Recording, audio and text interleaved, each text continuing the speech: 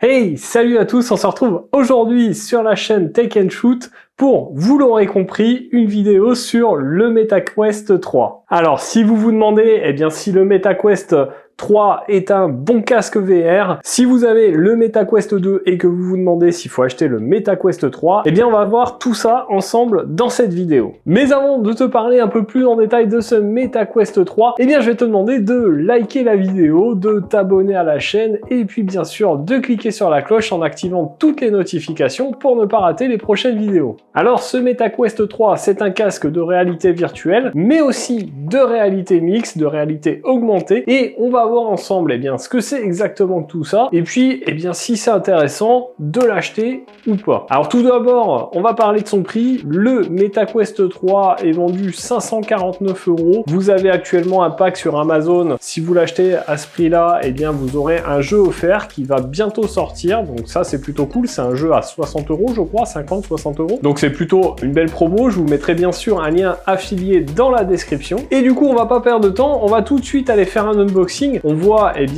dans quoi il est livré, son packaging. On parle des caractéristiques techniques, les accessoires qui sont fournis avec. Et puis on se retrouve après pour que je vous montre un petit peu ce qu'on peut faire avec ce casque, les différents jeux. Et puis bien sûr que je vous donne mon avis dessus. Alors, on se retrouve pour faire l'unboxing de ce MetaQuest 3. Donc celui-ci vous arrive dans cette boîte. La boîte n'a pas beaucoup changé par rapport au MetaQuest 2. On a la photo du casque avec les deux manettes. On voit ici MetaQuest 3. J'ai pris pour ma part le modèle 128 Go. Il existe aussi en 512 Go. Alors lorsqu'on ouvre sur le dessus de la boîte, on a un petit QR code à scanner pour commencer à utiliser le casque. Dans la boîte, on retrouve nos deux manettes. Je vais les détailler après. Notre MetaQuest 3 et enfin une petite boîte avec à l'intérieur un petit manuel de présentation du MetaQuest 3, un manuel de sécurité de garantie, un câble USB-C vers USB-C et l'adaptateur secteur. Alors on va déjà parler des manettes. Les manettes, elles ont changé par rapport au MetaQuest 2. À droite, j'ai la manette du MetaQuest 2. Vous voyez qu'on avait un anneau ici qui protégeait, on va dire, la manette. On l'a plus sur cette nouvelle version. Globalement, le positionnement des touches reste sensiblement le même. Petite différence ici sur la nouvelle manette, on a le logo de Meta. Sur l'ancien, c'était un espèce de petit ovale. Les boutons sont un petit peu moins gros sur la nouvelle manette. On a toujours, vous le voyez, le système de gâchette ici. On a maintenant un petit système, un petit bouton ici qu'on vient appuyer pour déclipser le capot et accéder à la pile pour faire fonctionner cette manette. On est sur une pile AA tout à fait basique. Toujours la petite dragonne et pas d'autres changements pour les manettes, si ce n'est qu'avec le casque, on aura peut-être plus forcément besoin de les utiliser, mais on y reviendra dans la suite de la vidéo. Alors maintenant, parlons du casque. La grosse nouveauté, vous le voyez, c'est la face avant, puisqu'on a des caméras ici devant. Le casque au niveau puissance intègre le Snapdragon XR2 Gen 2, donc un processeur graphique qui est 2 fois plus puissant par rapport à la version précédente. Pour mon modèle, je vous l'ai dit, je suis en 128 Go. Il existe aussi un modèle 512 Go. Pour les caméras, on est sur 2 caméras RGB de 18 pixels par degré, donc on a une résolution 10 fois supérieure à celle du Quest 2 et 2 fois supérieure à celle du Quest Pro. Du coup, avec ces caméras, on aura une vue en couleur. Je vous montrerai dans la suite de la vidéo, j'essaierai de filmer ce qu'on voit. Sur le casque, on a un petit bouton ici, vous voyez qu'on a des caméras sur le côté. En dessous, on va retrouver une petite molette ici, un bouton de réglage également ici, une autre caméra. Le système a un petit peu changé sur l'intérieur. On a une protection ici en tissu. Là, sur le côté, on a la prise USB type C pour la recharge.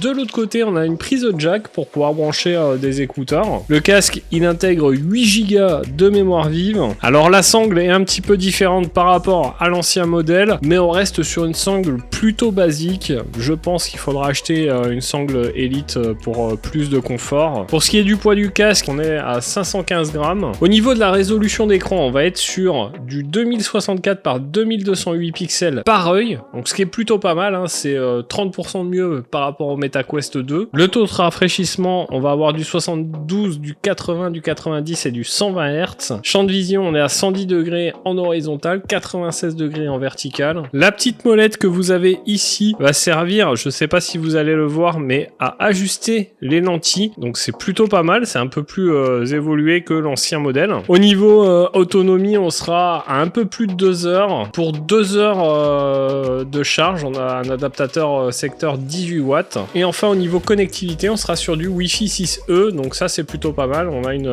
connectivité plutôt rapide. Donc voilà un petit peu pour le tour de ce casque, je vais le tester pendant un petit moment, puis nous on se retrouve tout de suite pour la suite de la vidéo. Alors vous l'avez vu dans cet unboxing, la première chose qu'on remarque sur ce MetaQuest 3, eh bien c'est son changement de design par rapport au précédent modèle. On a un casque qui est beaucoup plus compact, 40% plus fin grâce à son nouveau système de lentilles pancake. Ces lentilles d'ailleurs apportent une netteté supérieure à 25% par rapport au précédent modèle, donc c'est des gains quand même qui sont assez importants. Vous l'avez vu, on a maintenant la possibilité de régler l'espacement des lentilles grâce à une petite molette. Sur le modèle précédent, on avait 3 positions, là c'est beaucoup plus précis, on peut vraiment bien régler les lentilles. L'espacement, on s'écarte de 53 à 75 mm, donc ça nous laisse une bonne marge. Alors au niveau du design, parlons de la sangle. Alors sangle qui est confortable certes, mais qui n'est pas optimum. C'est dommage que Meta nous propose encore ce type de sangle sur ce modèle. J'aurais aimé de base qu'on ait une sangle type Elite qui sont beaucoup mieux, beaucoup plus agréables, plus facile à régler. Là, c'est vraiment un petit peu galère, je trouve, à régler. Donc, ça, c'est un petit point négatif, je trouve. Alors, on a l'impression que le casque est plus léger que l'ancien modèle. C'est pas le cas. Il est 12 grammes plus lourd, mais le poids est un petit peu mieux réparti. Du coup, on a une impression de casque plus léger. Alors vous l'avez vu sur l'avant, on a le système de caméra. Dommage qu'on n'ait pas des petites protections fournies dans la boîte type verre trempé, etc. Ça s'achètera dans les magasins qui font des accessoires, mais en tout cas c'est pas fourni de base dans la boîte. Au niveau de la face, on a une face qui est plutôt confortable, je trouve. Petit point négatif, on a pas mal de lumière qui passe au niveau du nez, donc ça c'est un petit peu dommage, mais du coup le casque a vraiment une immersion un peu plus importante et on a tendance à oublier l'arrivée de lumière par le nez, tellement ce casque est beaucoup plus immersif que la version précédente. Alors pour les gens comme moi qui portent des lunettes, on a la possibilité d'espacer la protection faciale pour ne pas venir rayer les lentilles. Et Meta a fait un partenariat avec Zenni pour vous proposer des lentilles de correction afin d'éviter de porter des lunettes. Ces lentilles, bien sûr, seront payantes et elles sont proposées actuellement à partir de 54,50 €, 55 € quoi. Je ne sais pas si je vais les prendre parce que honnêtement, juste le réglage comme ça me suffit amplement, ça ne me gêne pas avec les lunettes, donc c'est plutôt pas mal. Parlons maintenant des performances du casque. Elles sont nettement augmentées déjà au niveau de la qualité d'affichage. On est sur une définition maintenant de 2064 par 2208 pixels par œil, ce qui offre un écran en qualité 4K. Le taux de rafraîchissement est réglable de 72, 80, 90 et 120 Hz. Autre chose qui a changé sur ce casque, c'est les manettes. Fini l'arceau de protection. Là, on est sur des manettes un peu plus simples qui ressemblent un petit peu à celles du Quest Pro. Au niveau performance, on a le processeur Snapdragon XR2 Gen 2 à l'intérieur,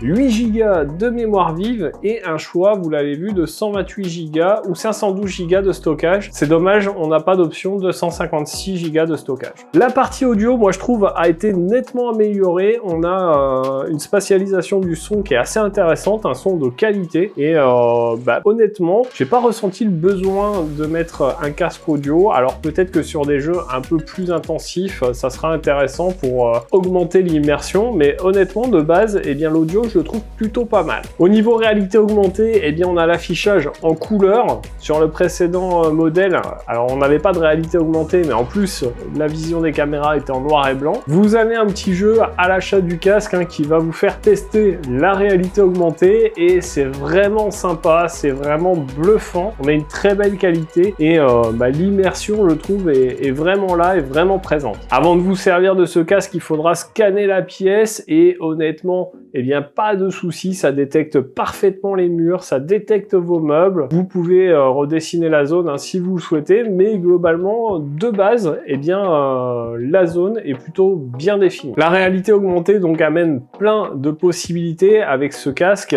Vous aurez la possibilité, bien sûr, de regarder un film dans votre environnement, de rajouter par exemple un écran à votre bureau tout en tapant sur votre ordinateur réel et en voyant ce que vous faites. Vous avez aussi des nouveaux jeux. Enfin bref, plein de nouvelles possibilités, et ça c'est vraiment un gros plus, une grosse différence par rapport au modèle précédent. Alors que vous dire sur ce MetaQuest 3? Bah déjà moi honnêtement j'en suis hyper content. Honnêtement je pense que je vais revendre mon MetaQuest 2 et je ne vais plus utiliser que le 3. Globalement eh bien ses points positifs c'est le nouveau réglage des lentilles, la puissance du casque et sa qualité d'affichage, l'arrivée de la réalité mixte, la réalité augmentée, c'est vraiment un gros plus aussi, et le suivi des mains qui est vraiment efficace. Petit point négatif, eh bien la sangle qui est toujours de piètre qualité, le passage de la lumière au niveau du nez qui est un petit peu important, surtout quand on a des lunettes comme moi, puisque vous allez reculer, donc ça va encore espacer un peu plus l'ouverture, et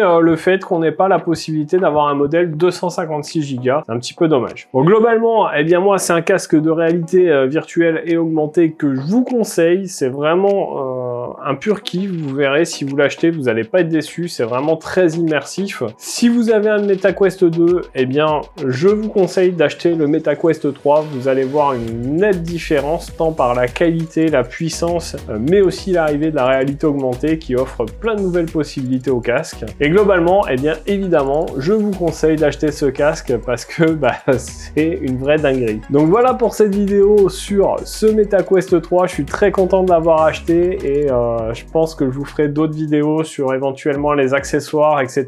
D'ailleurs, dites-moi en commentaire si vous voulez d'autres vidéos sur ce MetaQuest 3, ce que vous voulez savoir, si vous voulez un conseil sur les accessoires, etc. Si vous voulez voir un peu plus les jeux qu'il y a dans ce MetaQuest 3, je me ferai un plaisir de lire tout ça et puis éventuellement de vous faire d'autres vidéos dessus. D'ailleurs, eh bien, si vous avez aimé la vidéo, n'hésitez pas à la liker, à vous abonner à la chaîne, tout en cliquant sur la cloche, en activant toutes les notifications pour ne pas rater les prochaines vidéos. Si vous ne le savez pas, les vidéos, c'est le lundi, mercredi et samedi, toutes les semaines. Nous d'ailleurs, on se retrouve dans un prochain test. En attendant, prenez soin de vous, à plus et bon shoot!